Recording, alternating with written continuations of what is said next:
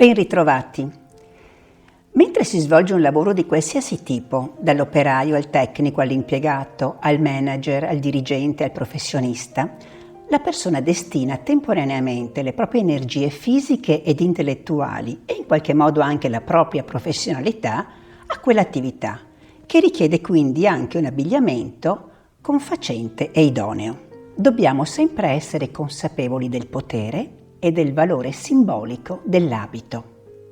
L'abito è un linguaggio. Ogni nostra scelta rappresenta un messaggio alla società e come tale deve essere conosciuto, pesato e pensato. All'abito di lavoro di qualunque tipo, anche la tuta, va prestato rispetto, perché è espressione di rispetto del lavoro che svolgiamo e delle persone con le quali veniamo in contatto. Qual è l'abito giusto per il lavoro? L'abito che decidiamo di indossare deve soprattutto rispondere ai principi di coerenza del luogo e della mansione che dobbiamo svolgere, in quanto anche con ciò che indossiamo rappresentiamo la struttura di appartenenza.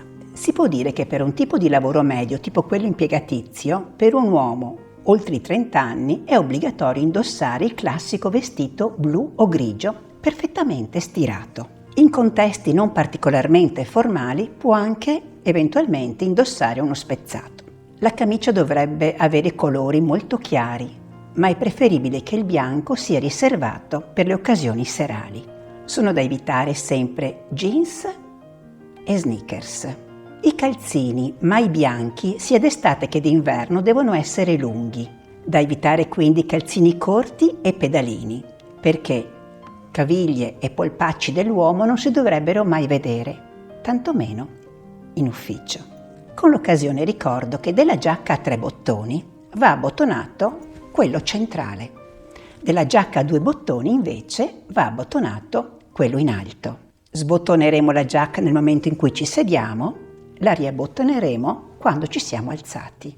Del gilet invece l'ultimo bottoncino sarà sempre sbottonato. Per la donna le cose si fanno un po' più complicate. Sarà il buon gusto a dare il giusto consiglio. Un modello d'abito tramontabile è comunque sempre il classico tailleur, da portare sia con gonna oppure con pantalone. Sotto potremo abbinarci una camicetta oppure un sottogiacca, ma l'importante è stare attenti alla trasparenza, perché l'intimo non deve mai vedersi. È possibile indossare anche comunque abiti spezzati e più sfiziosi. L'importante è tenere le spalle sempre coperte. Le braccia infatti dovrebbero essere coperte fino ai gomiti ed evitare scollature generose. La lunghezza delle gonna poi non deve mai essere sopra il ginocchio e va portata con le calze. Le scarpe poi dovrebbero essere comode, quindi niente tacchi alti, massimo dell'altezza 5 cm. E non sono consigliati nemmeno le ballerine, i sandali o gli stivali. Questi ultimi, anche se di gran moda, non sempre è opportuno indossarli.